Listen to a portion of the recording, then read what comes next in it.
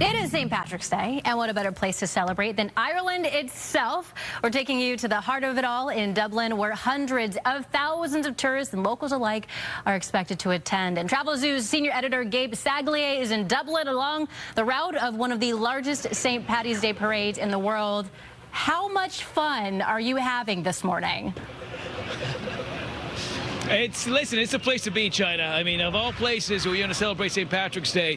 And you said it, this is actually officially the second largest St. Paddy's Day parade in the world, because New York does throw a very large parade. But number 2 in size, number 1 in spirit, a big international mix of people here. The parade literally just now is starting to, it just ended, so the crowd is starting to disperse. But it's been several hours of a lot of fun out here. And what is the energy like out there going for so long? Well, that's the thing. I'm going to show you how all this got started, because at high noon Dublin time, and it's just after 3 p.m. now, but at high noon, that's the president of Ireland, Michael D. Higgins. He's on his second term out here. They do 7-year presidential terms, and he's very popular among the Irish. So he starts off the parade, and then it's just been one spectacular performance after the other.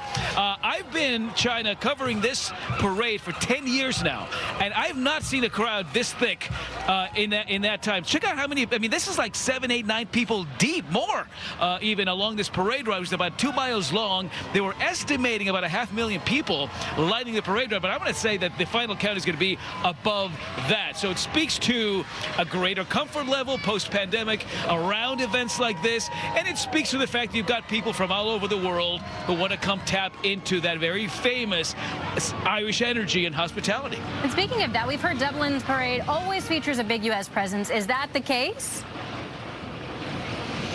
Oh, yeah, so that's what's actually so neat. At least a dozen different marching bands from American high schools and universities are part of this parade. This is Purdue University. They had at least 400 performers as part of their contingency.